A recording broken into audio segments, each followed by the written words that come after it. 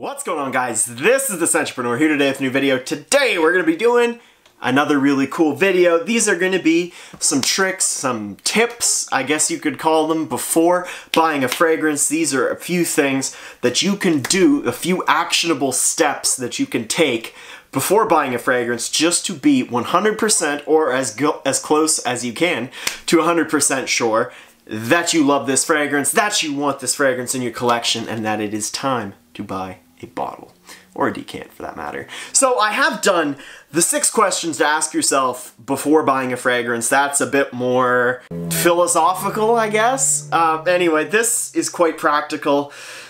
These are all steps you can take. These are all things you can do. These are tests you can do. These are actions you can take to help you make a better, more educated, and more informed buy.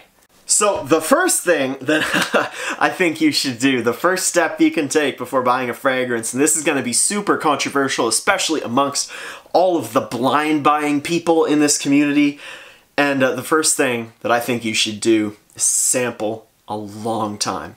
I myself have noticed that your nose can take some dramatic turns over the course of, say, even a month, but a year, 6 months, 2 years, who knows?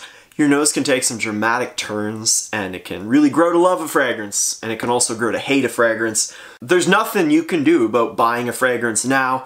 Like, say you bought Bleu de Chanel now, and then 2 years down the road you hate it. Nothing you can do about that. Kind of a roll of the dice. That's just your taste improving. There's nothing you can do about that. But I personally recommend that you sample quite a long time before buying a fragrance, just to make sure and you understand the fragrance, that you understand it at all. You know what it does, you know how it performs, you're very clear about how it performs, you're very clear about how it smells, you know where you can wear it, you know how much you like wearing it. That is step 1 in my opinion. So I would recommend sampling a long time. For me personally, I like to give a fragrance 6 months. That sounds like a long time, but chances are, if you're a collector like me, you've got enough in the closet already. You don't need this one right away. As good as it smells, you don't need it. So you can live without it for 6 months. Anyway, that's the first thing I wanted to talk about. Next thing I wanted to talk about today is what I like to call the 48-hour rule. Now, I can't take all the credit for this because I read this in a book, a Tim Ferriss book, I think. It was The 4-Hour Workweek. Not here to talk about that book, but in that book, he suggests for minimalizing your material possessions, he says, whenever you see something you want to buy, wait 48 hours, or he might even say 72, I don't remember, but I settled on 48 hours. Wait 48 before you purchase, you know. You decide to purchase it on Monday at 5 o'clock, you go without smelling it, you go without looking at it, you don't watch any reviews until Wednesday at 5 o'clock, and then you reassess your decision. This really helps you iron out how much you like a fragrance, you know? Did you miss smelling it for those past few days? Did you want to smell it? How much did you think about it? This is a great tell for how much you like a fragrance, and a fragrance for me that was one of those ones where I loved it, I could barely wait those 48 hours, was from Tom Ford, Tuscan Leather. Tuscan Leather, raspberry leather, animal, ash, whatever, it smells awesome. This one that I smelt it, and I said, okay, I'm gonna give this one the 48-hour rule. So I didn't smell it for 2 days, and the whole time I was like, man, I really miss smelling Tuscan Leather. It smells great. So by the end of that time, where the 48 hours were up, I knew that I had a good solid purchase on my hands, or at least I had a much better idea. And I pulled the trigger, and to this day it hasn't disappointed. But anyway, that's just an example for me of the 48-hour rule really paying off.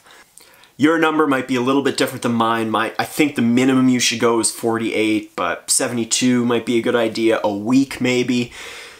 Who knows, whatever works for you, but the bottom line is to wait a little bit of time. After you make up your mind that this is a fragrance that you need, wait a little bit.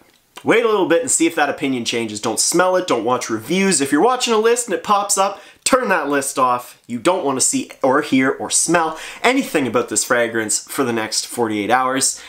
and then reassess your decision. So that was the second thing I wanted to talk about, the 48-hour rule. The third thing kind of ties back into that 6 questions video I did, and that is ask yourself why you're buying the fragrance. This point was in the last 6 questions video too. Man, this is the most important thing you ask yourself before buying anything, is why are you doing it?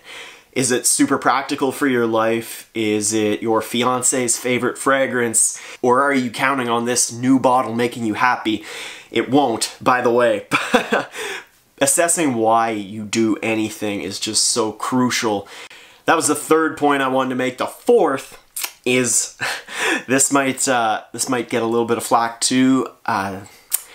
It kind of goes against what being a reviewer, I guess, is all about, but my personal opinion is that when you're trying to make up your mind about buying a fragrance, don't watch any reviews, don't listen to anybody, don't read any reviews on Fragrantica or Base Notes, don't even go on the website and read about the perfume.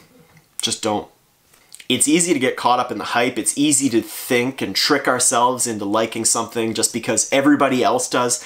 I did this to myself personally with Aventus. I don't really like Creed Aventus that much, but I read so many reviews and so many videos that I was like, man, you know what? I love Creed Aventus. And then I put my nose on my bottle. It's like, no, I don't. Not really. Anyway, the point is to form your own opinion about a fragrance. Even just occasionally watching reviewers is going to influence your opinion, and that's okay. But I just think when you're at that crucial time of potentially coughing up some cash, I don't think it's the best idea to do, and it's important to form your own opinions. I'm not saying don't watch reviewers. I want you to keep watching my videos, but I find that reviews are a good idea to give you more information about a fragrance, maybe to bring a gem into the community. That's a great idea. To elaborate and really break down a scent. Reviews are great, but don't let them influence your opinion. Don't let anything I say or anything anybody else says influences your opinion. Don't let the compliments get in the way. Don't let the price get in the way. Don't let the hype get in the way. Form your own opinion and buy something you like. So that was the fourth thing that I wanted to talk about today. So this last one's kind of a bonus. It's not as big of a deal, but it is something you should do before buying a fragrance, and that is to check around for alternatives. Sometimes you're gonna smell something really great, and it's gonna be like, wow, I really want that bottle. And then you buy it, and you hear about this other fragrance that smells quite similar, and you put your nose on it, you say, that's better. Well, that's unfortunate. Now you've got this fragrance that you know is better, but you don't own it, and this fragrance that you know is inferior, but you do own it. Then you get into, should I sell this fragrance and buy the new one, or should I just buy them both? And then you become a hoarder, and that's no good. Anyway, a good example of this for me would be Xerjoff Lyra versus Shea and Blue Salt Caramel. So I've got Salt Caramel right here. This is the winner in my opinion. To my nose, it's the best caramel scent ever, and it's pretty wearable as well. Well, I bought Lyra first, I think.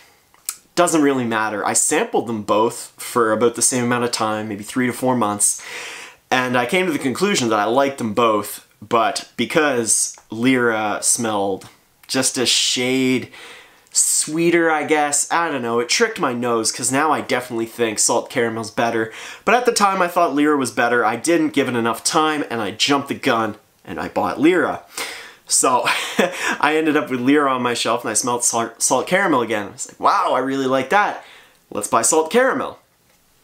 And then I had the two of them sitting there, and I noticed that whenever I wanted to wear or smell a caramel scent, I never reached for Lyra. It was always this one. You know what? I should have spent more time comparing and contrasting these two great caramel scents, because then maybe I would have saved myself a little bit of money and bought the one that I ended up liking more, and I still do like this more about 2 or 3 months after selling my bottle of Lyra. This is the winner. Anyway, the bottom line is, check around for alternatives, check around for clones, check around for fragrances that share the same note, share the same vibe. Try a lot of stuff. Don't jump the gun like me. Make a good buy. So this last little bonus thing was check for alternatives. Guys, I hope you enjoyed this video, and I hope you took some little helpful tips out of here. and are gonna apply them for the next time you go to buy a fragrance. Like I said, don't forget to check out that 6 questions video, because that is definitely more philosophical. It's more woo-woo-woo, more talking, less practical, I guess is the easiest way to put it. But I do think it is just as, if not more effective than these tips. Anyway, these are all little steps that you can implement into your own buying routine. I can only recommend you what's worked for me.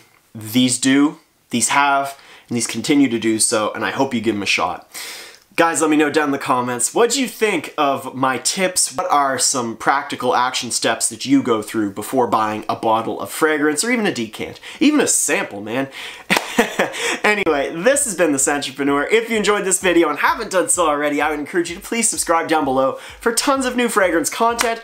Don't forget to hit the thumbs up if you took something cool from this video. Hit that bell icon to get notifications from me whenever a new video comes out. Don't forget to follow me on Snapchat for scents of the days and to see as soon as new content comes out and see a little window into my life. Guys, I hope you enjoyed this video. I hope you're making smart decisions. To close off this talking video, as usual, fragrance collecting is a really fun, excellent hobby and a really poor obsession. Guys, I'll see you in the next video. Have a wicked day.